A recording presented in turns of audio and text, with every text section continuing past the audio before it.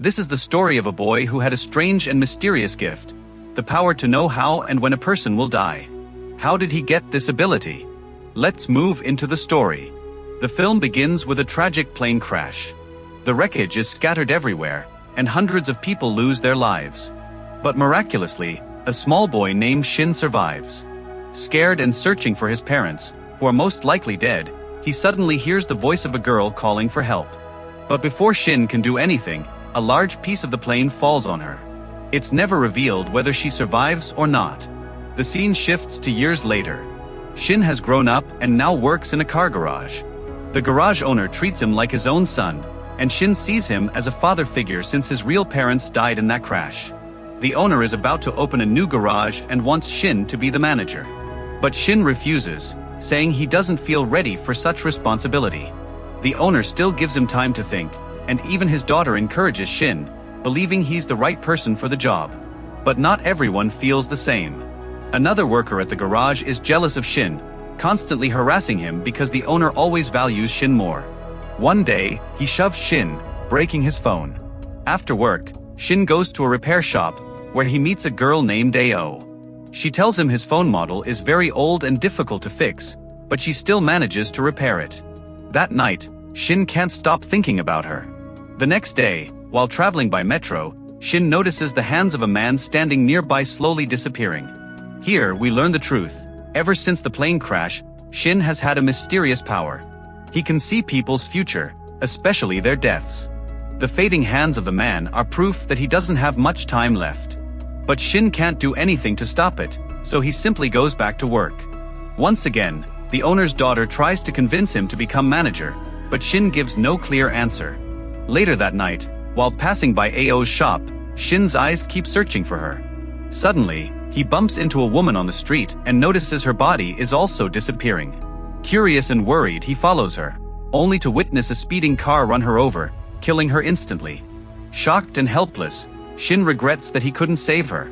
The next day, troubled by what he saw, Shin asks the owner's daughter, "What if someone had the power to see people's futures and knew when they would die? What would you do?" She replies, "That's not a gift, it's a curse. I wouldn't want such a power." Meanwhile, Shin's phone breaks again, so he goes back to Ao for repairs. But this time, to his horror, he sees Ao's hands slowly disappearing too. Determined to save her, Shin invites her to meet after work. At first, Ao hesitates but later agrees to meet him at a coffee shop. When she arrives, Shin notices her hands are no longer fading, and he feels relieved. Ao asks why he called her there, and Shin admits he has the power to see the future. But thinking she won't believe him, he apologizes and leaves. On his way home, Shin suddenly feels sharp pain in his chest but somehow makes it back. The next day, with newfound determination, he tells the owner that he is ready to become the manager. Shin keeps working late at the garage, when suddenly Ao shows up. Surprised, Shin asks how she found him. Ao explains that she got his address from the shop and came because she had something important to share. Shin offers her coffee, and Ao places a newspaper on the table. The headline reveals that a nearby factory was attacked the previous night, leaving many people dead. Ao explains that she usually takes that same route home after work and could have been one of the victims, if Shin hadn't saved her that night. She also recalls what he said about seeing people's futures and deaths, and thanks him sincerely. Shin only laughs it off. The next day, the owner's daughter visits the garage and quickly notices someone had been there the night before. When she asks, Shin honestly tells her everything. She feels happy because for the first time, Shin is opening up and making friends, something he had never done before. Here, a brief flashback is shown. A girl once worked at the garage and liked Shin. They were only friends, but Shin never paid attention to her feelings. Eventually, she left him behind and started a relationship with a wealthy customer, disappearing from his life forever. Back in the present, the calm breaks when the owner is heard shouting. The jealous worker had secretly taken a customer's car to meet his friend. Instead of admitting his mistake, the worker lashes out at Shin. Furious, the owner punches him and fires him on the spot. As the worker storms out, Shin notices the owner's hands fading, the sign of death. Since Shin sees him like a father, he decides to protect him at any cost. He invites the owner to dinner, and the man agrees. On their way, Shin's focus is fixed on his mentor and the dangers around them. From the shadows, the jealous worker suddenly appears, swinging an iron rod to attack the owner. At the last moment, Shin jumps in front, saving the owner but collapsing from a heart attack. When Shin wakes up, he's in the hospital. The owner's daughter tells him her father forgave the worker after he confessed. The doctor then examines Shin and explains his collapse may have been caused by extreme stress. Just then, Shin spots a little girl fading away and instinctively tries to follow her. The doctor stops him and quietly asks, "You saw her disappear, didn't you?" They go to the hospital roof, where the doctor reveals the truth. He also has the same ability. It's called Fortune Eye, the very name of the film. He explains that people like them aren't gods and have no right to interfere with fate. If they do, they risk their own lives, which is why Shin suffered the heart attack. These words weigh heavily on Shin.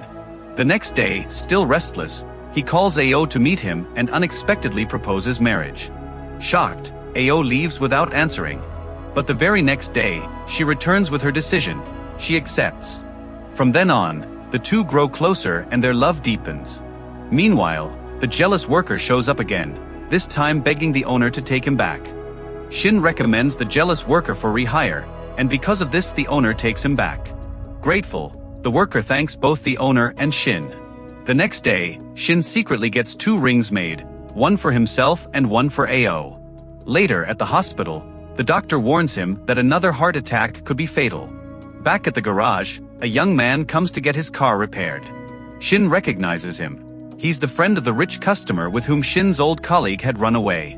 Curious, Shin asks about her, but the man insults both the girl and Shin himself. Shin, however, remains silent. The following day, when the man returns to pick up his car, Shin notices his hands fading.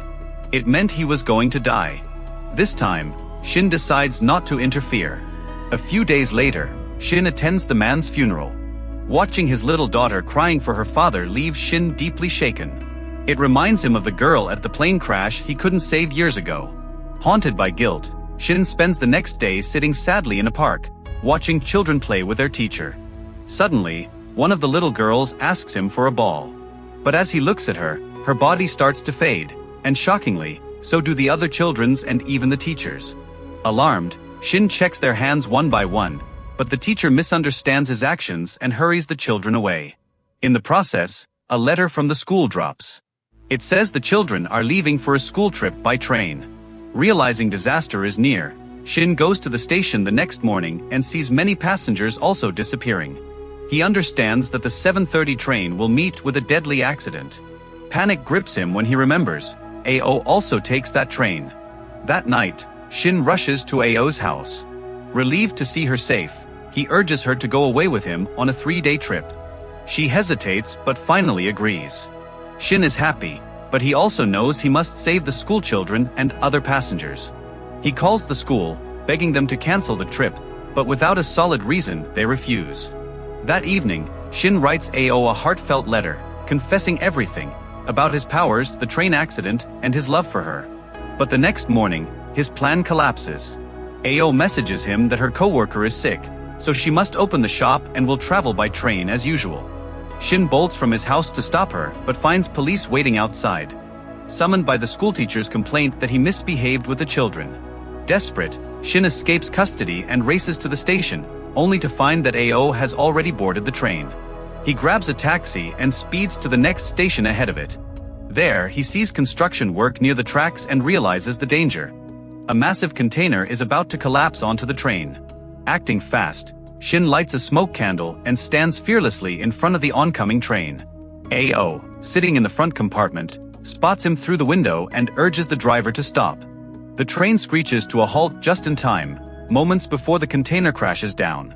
Shin's intervention saves hundreds of lives. Ao rushes out, searching desperately. She finds Shin sitting weakly on the tracks. But before she can say anything, she breaks into tears. Hugging him tightly, she realizes he has given his life to save her and everyone else. At Shin's funeral, Ao learns from others that she was the first girl Shin ever truly opened his heart to. Heartbroken, she recalls every moment they shared. And in the final twist, it is revealed that Ao was the same girl Shin had seen during the plane crash years ago, the girl who had once asked him for help. In the end, the truth is revealed. Years ago, Shin had actually saved Ao from the falling part of the plane, but the shock of the tragedy left him unable to remember. Ao, on the other hand, had always carried that memory with her. She knew Shin was the boy who saved her life. That's why, when Shin first came to her shop and reacted strangely after seeing her disappearing hands, she immediately realized he was the same boy. Later, when Shin asked her to go on a trip with him, Ao noticed that his body itself was starting to fade. Understanding the danger, she deliberately chose to board the train, hoping she could save him in return. But Shin, driven by love, risked everything and sacrificed himself to protect her and all the passengers. Afterward, Ao finds the letter Shin had written for her. Reading his heartfelt words, she breaks down in tears. She puts on the rings Shin had prepared, feeling his presence with her once more. And with that, the story of this heartbreaking yet beautiful film comes to an end.